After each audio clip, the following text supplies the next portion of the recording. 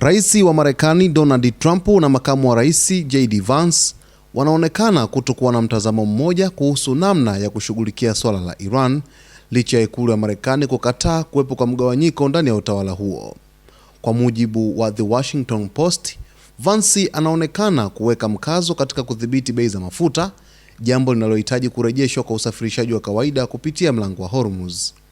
Trump kwa upande mwingine amekuwa akisisitiza kuwa kipaumbele kikuu cha Marekani ni kuhakikisha Iran haipati silaha za nyuklia. Iran imeendelea kukataa madai ya kwamba inalenga kutengeneza bomu la nyuklia. Kauli hizo zimeibua tafsiri kwamba viongozi hao wawili huenda hawana msimamo unaofanana kuhusu Iran. Hata hivyo, msemaji wa ikulu ya Marekani Anna Kelly amekanusha kuwepo kwa mgawanyiko huo, akisema Trump ameweka wazi kuwa Iran haiwezi kuruhusiwa kumiliki silaha ya nyuklia na kwamba viongozi wote wa utawala wake wanamuunga mkono. Vance naye amesema anafuata maagizo ya Trump kama ilivyo kwa viongozi wengine wakuu wa Marekani, huku akikiri kuwa kuna mijadala ya majadiliano ndani ya serikali kuhusu hatua zaidi dhidi ya Iran.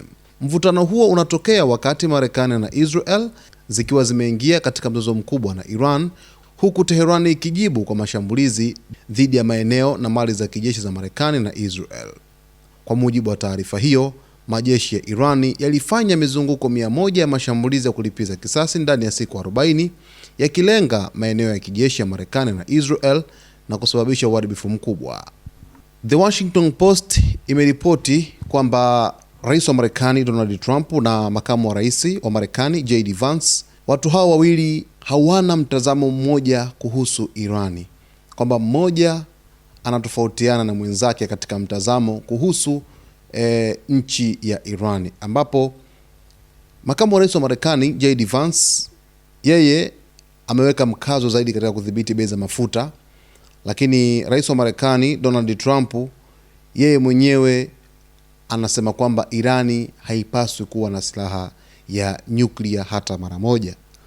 Makamu wa rais wakati wa mazungumzo yale pale Islamabad alihudhuria, alionekana kuhitaji sana mgogoro kati ya Marekani na Irani umalizike. Alionekana kutamani suluhu imalizike hata pale pale.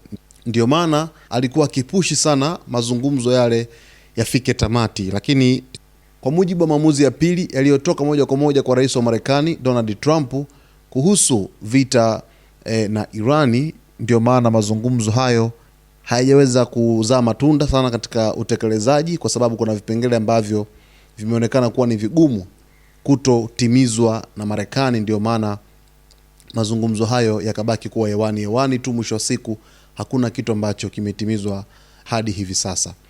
Sasa utofauti huu unaweza ukachelewesha sana kupatikana kwa suluhu ya haraka, hususan katika mlango wa bahari wa Hormuz ambao Iran kwa hivi sasa umeudhibiti kwa 100%, huku ikiendesha shughuli zote katika mlango huo, lakini pia ikitoa vibali kwa meli kupita, na hakuna meli ambayo inapita kwa hivi sasa bila kuwa na kibali kutoka kwa Jamhuri ya Kiislamu ya Iran.